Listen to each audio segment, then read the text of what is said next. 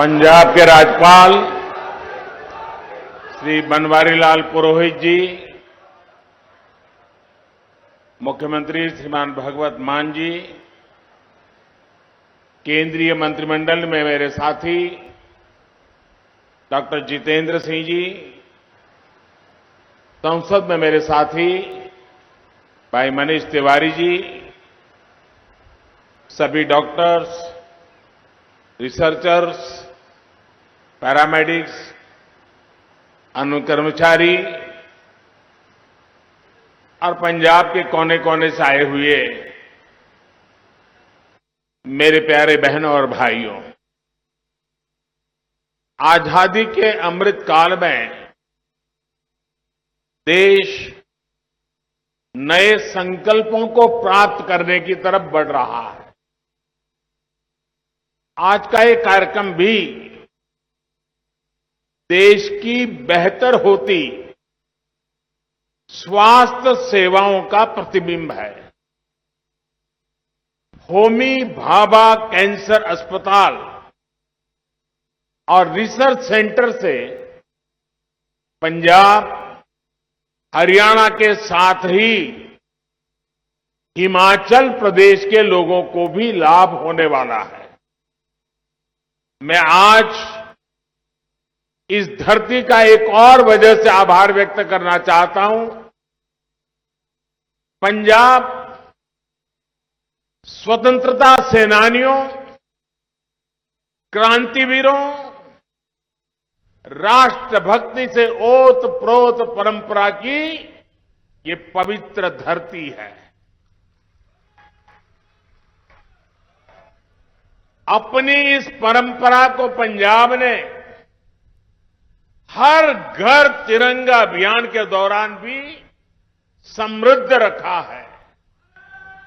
आज मैं पंजाब की जनता का, विशेष रूप से यहां के युवाओं का हर घर तिरंगा अभियान को सफल बनाने के लिए हृदय से बहुत बहुत धन्यवाद करता हूं।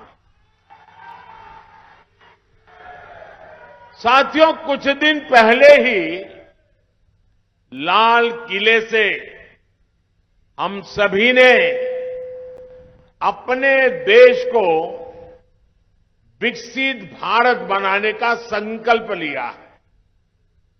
भारत को विकसित बनाने के लिए उसकी स्वास्थ्य सेवाओं का भी विकसित होना उतना ही जरूरी है। जब भारत के लोगों को इलाज के लिए आधुनिक अस्पताल मिलेंगे, आधुनिक सुविधाएं मिलेगी, तो वो और जल्दी स्वस्थ होंगे, उनकी ऊर्जा सही दिशा में लगेगी, अधिक प्रोडक्टिव होगी। आज होमी भाभा कैंसर अस्पताल और रिसर्च सेंटर के तौर पर भी देश को एक आधुनिक अस्पताल मिला है। इस आधुनिक सुविधा के निर्माण में केंद्र सरकार के टाटा मेमोरियल सेंटर ने महत्वपूर्ण भूमिका निभाई है। ये सेंटर देश विदेश में अपनी सेवाएं उपलब्ध कराकर कैंसर के मरीजों का जीवन बचा रहा है। देश में कैंसर की आधुनिक सुविधाओं के निर्माण में भारत सरकार अग्रणी रोल निभा रहा है। मुझे बताया गया है कि टाटा मेमोरियल सेंटर के पास हर साल 1.5 लाख नए मरीजों के इलाज की सुविधा तैयार हो गई है। ये कैंसर मरीजों को बहुत बड़ी राहत देने वाला काम हुआ है। मुझे याद है, यहां चंडीगढ़ में हिमाचल के दूर सुदूर के क्षेत्रों से भी लोग कैंसर सहित अनेक गंभीर बीमारियों के इलाज के लिए पीजीआई आते थे। पीजीआई में बहुत भीड़ होने से पेशेंट को भी, उनके परिवारजनों को भी कई परेशानियां रहती थी। अब तो हिमाचल प्रदेश में बिलासपुर में एम्स बन गया है और यहां कैंसर के इलाज के लिए इतनी बड़ी सुविधा बन गई है। जिसको बिलासपुर नजदीक पड़ता है वो वहां जाएगा और जिसको मोहाली नजदीक पड़ता है वो यहां आएगा। साथियों, लंबे समय से देश में ये आकांक्षा रही है कि हमारे देश में हेल्थ केयर का एक ऐसा सिस्टम हो जो गरीब से गरीब की भी चिंता करता हो।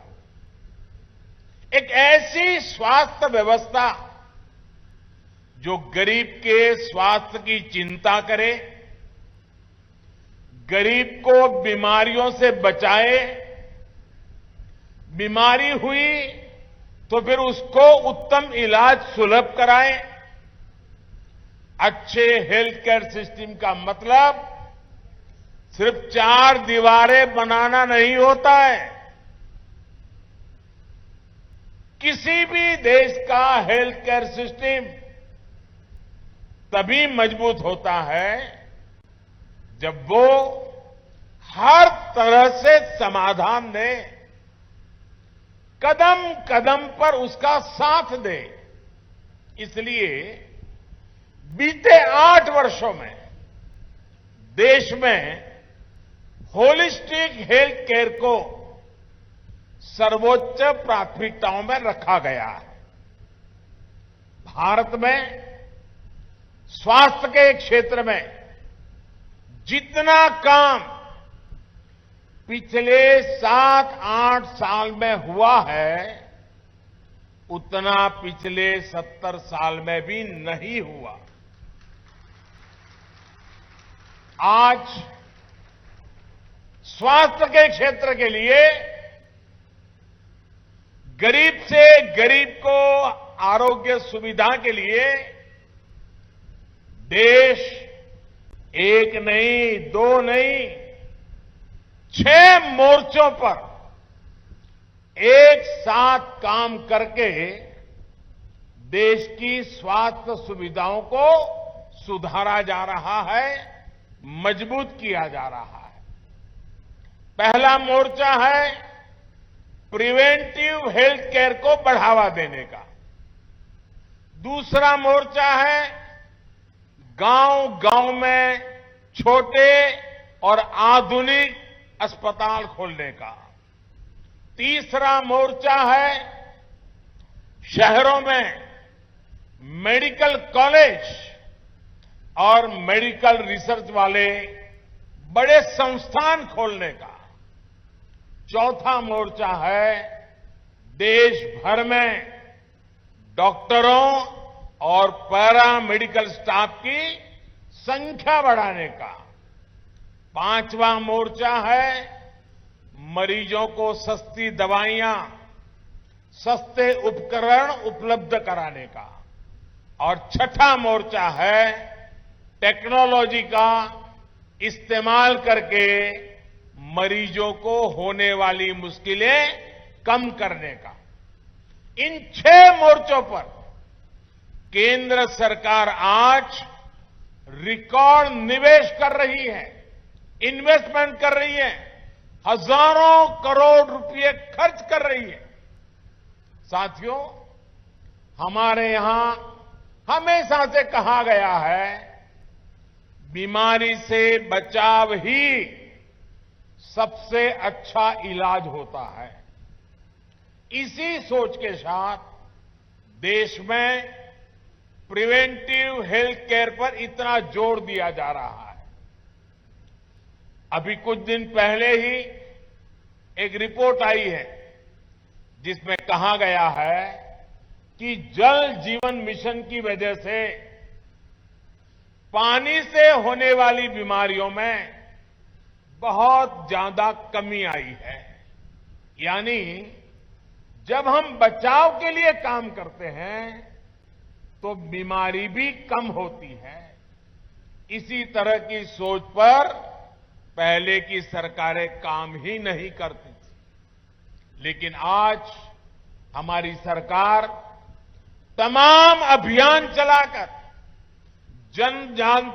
जागरूकता का अभियान चलाकर लोगों को जागरूक भी कर रही है और बीमार होने से बचा भी रही है।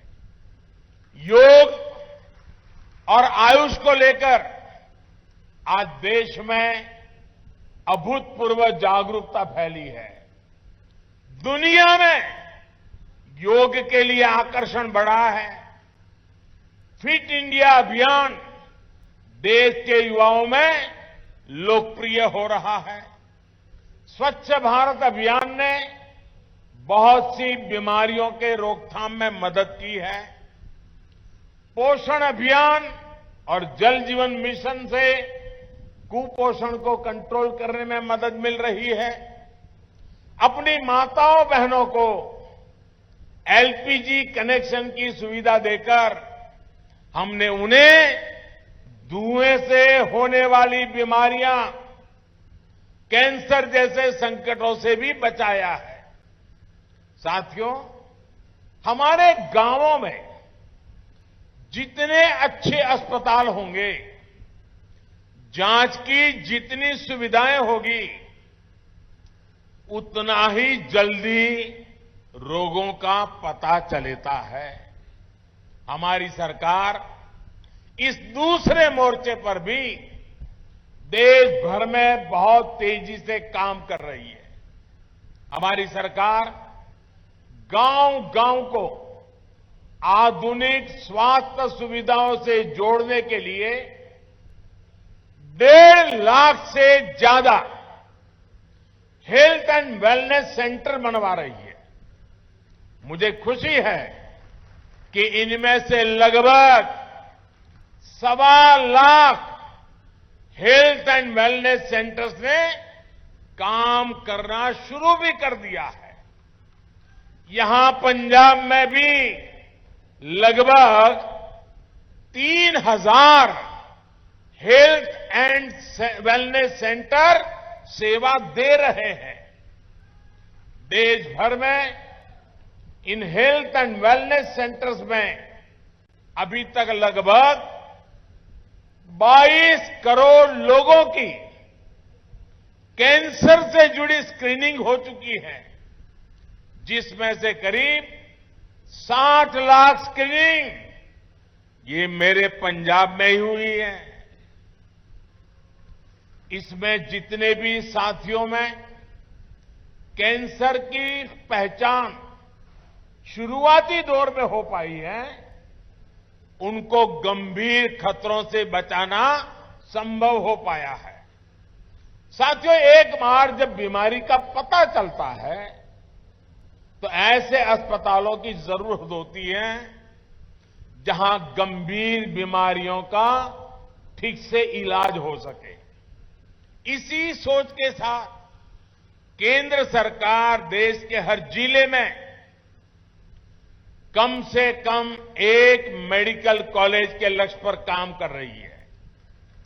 Ayushman Bharat health infrastructure mission के तहत जिला स्तर पर आधुनिक स्वास्थ्य सुविधाएं बनाने पर 64,000 करोड़ रुपए खर्च किए जा रहे हैं। एक समय में देश में सिर्फ 7 एम्स हुआ करते थे। आज इनकी संख्या भी बढ़कर के 21 हो गई है। यहां पंजाब के बठिंडा में भी एम्स बेहतरीन सेवाएं दे रहा है। अगर मैं कैंसर के अस्पतालों की ही बात करूं तो देश के हर कोने में कैंसर से जुड़े इलाज की आधुनिक व्यवस्था की जा रही है। पंजाब में ये इतना बड़ा सेंटर बना है हरियाणा के झज्जर में भी नेशनल कैंसर इंस्टीट्यूट स्थापित किया गया है। पूर्वी भारत की तरफ जाएं तो वाराणसी अब कैंसर ट्रीटमेंट का एक हब बन रहा है। कोलकाता में नेशनल कैंसर इंस्टीट्यूट का दूसरा कैंपस भी काम शुरू कर चुका है। कुछ दिन पहले ही असम के डिब्रूगढ़ से मुझे एक साथ 7 नए कैंसर अस्पतालों के लोकार्पण का अवसर भी मिला था। हमारी सरकार ने देश भर में कैंसर से जुड़े करीब 40 विशेष संस्थान स्वीकृत किए हैं, जिनमें से अनेक अस्पताल सेवा देना शुरू भी कर चुके हैं। साथियों, अस्पताल बनाना जितना जरूरी है, उतना ही जरूरी पर्याप्त संख्या में अच्छे डॉक्टरों का होना, दूसरे पैरामेडिक्स उपलब्ध होना भी है। इसके लिए भी आज देश में मिशन मोड पर काम किया जा रहा है। 2014 से पहले देश में 400 से भी कम मेडिकल कॉलेज थे, यानी 70 साल में 400 से भी कम मेडिकल कॉलेज। वहीं बीते 8 साल में 200 से ज्यादा नए मेडिकल कॉलेज देश में बनाए गए हैं। मेडिकल कॉलेजों का विस्तार का मतलब है कि मेडिकल सीटों की संख्या बढ़ी है, मेडिकल की पढ़ाई करने वाले छात्रों के लिए अवसर बढ़े हैं और देश की सेहत का ध्यान रखने वाले हेल्थ प्रोफेशनल्स की संख्या बढ़ी है। यानी हेल्थ सेक्टर में रोजगार के भी अनेक अवसर इससे तैयार हो रहे हैं। हमारी सरकार ने 5 लाख से ज्यादा आयुष डॉक्टर्स को भी एलोपैथिक डॉक्टर की तरह मान्यता दी है। इससे भारत में डॉक्टर और मरीजों के बीच अनुपात में भी सुधार हुआ है। साथियों, यहां बैठे हम सभी लोग बहुत सामान्य परिवारों से, हम सभी को अनुभव है कि गरीब के घर जब बीमारी आती थी तो घर जमीन तक बिक जाया करती थी। इसलिए हमारी सरकार ने मरीजों को सस्ती दवाइयां, सस्ता इलाज उपलब्ध कराने पर भी उतना ही जोर दिया है। आयुष्मान भारत ने गरीब को 5 लाख रुपए तक के मुफ्त इलाज की सुविधा दी है। इसके तहत अभी तक 3.5 करोड़ मरीजों ने अपना इलाज कराया है और 1 रुपये का उनको खर्च नहीं करना पड़ा है। और इसमें बहुत सारे कैंसर के मरीज भी है। आयुष्मान भारत की वजह से गरीब के 40,000 करोड़ रुपए, अगर ये व्यवस्था न होती तो उसकी जेब से जाने वाले थे वो 40,000 करोड़ रुपए आप जैसे परिवारों के बचे हैं। इतना ही नहीं, पंजाब सहित देश भर में जो जन औषधि केंद्रों का नेटवर्क है, जो अमृत स्टोर है, वहां भी कैंसर की दवाएं बहुत कम कीमत पर उपलब्ध है। कैंसर की 500 से अधिक दवाएं जो पहले बहुत महंगी हुआ करती थी, उनकी कीमत में लगभग 90% कमी की गई है। यानी जो दवाई 100 रुपये में आती थी जन औषधि केंद्र में, वही दवाई 10 रुपये में उपलब्ध कराई जाती है। इससे भी मरीजों के हर वर्ष औसतन करीब 1,000 करोड़ रुपए बच रहे हैं। देश भर में लगभग 9,000 जन औषधि केंद्रों पर भी सस्ती दवाएं गरीब और मध्यम वर्ग की परेशानियों को कम करने में मदद कर रही है। भाई और बहनों, सरकार के होलिस्टिक हेल्थ केयर अभियान में नया आयाम जोड़ा है आधुनिक टेक्नोलॉजी ने। हेल्थ सेक्टर में आधुनिक टेक्नोलॉजी का भी पहली बार इतने बड़े स्केल पर समावेश किया जा रहा है। Ayushman Bharat digital health mission से सुनिश्चित कर रहे हैं कि हर मरीज को क्वालिटी स्वास्थ्य सुविधाएं मिले, समय पर मिले, कम से कम परेशानी हो। टेलीमेडिसिन, टेली कंसल्टेशन की सुविधाओं के कारण आज दूर सुदूर गांव का व्यक्ति भी शहरों के डॉक्टरों से शुरुआती परामर्श ले पा रहा है। संजीवनी ऐप से भी अभी तक करोड़ों लोगों ने इस सुविधा का लाभ लिया है। अब तो देश में मेड इन इंडिया 5G सेवाएं लॉन्च हो रही है। इससे रिमोट हेल्थ केयर सेक्टर में क्रांतिकारी बदलाव आएगा। तब गांव के गरीब परिवारों के मरीजों को भी बड़े अस्पतालों में बार बार जाने की मजबूरी भी कम हो जाएगी। साथियों, मैं देश के हर कैंसर पीड़ित और उनके परिवार से एक बात जरूर कहना चाहूंगा।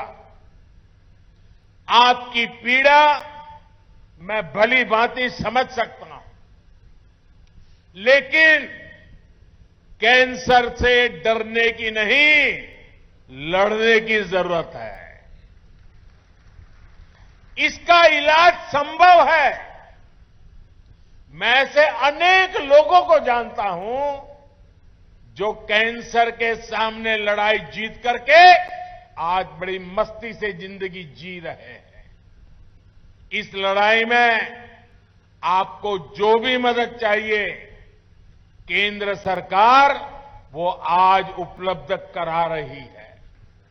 इस अस्पताल से जुड़े आप सभी साथियों से भी मेरा विशेष आग्रह रहेगा कि कैंसर के कारण जो डिप्रेशन की स्थितियां बनती है, उनसे लड़ने में भी हमें मरीजों की, परिवारों की मदद करनी है। एक प्रोग्रेसिव समाज के तौर पर यह हमारी भी जिम्मेदारी है कि हम मेंटल हेल्थ को लेकर अपनी सोच में बदलाव और खुलापन लाए, तभी समस्या का सही समाधान निकलेगा। स्वास्थ्य सेवा से जुड़े अपने साथियों से मैं ये भी कहूंगा कि आप भी जब गांवों में कैंप लगाते हैं तो इस समस्या पर भी जरूर फोकस करें। सबका प्रयास से हम कैंसर के विरुद्ध देश की लड़ाई को मजबूत करेंगे। इसी विश्वास के साथ पंजाब वासियों को, और जिसका लाभ हिमाचल को भी मिलने वाला है, आज ये बहुत बड़ा तोहफा आपके चरणों में समर्पित करते हुए मैं संतोष की अनुभूति करता हूं, गर्व की अनुभूति करता हूं। आप सबको बहुत बहुत शुभकामनाएं, बहुत बहुत धन्यवाद।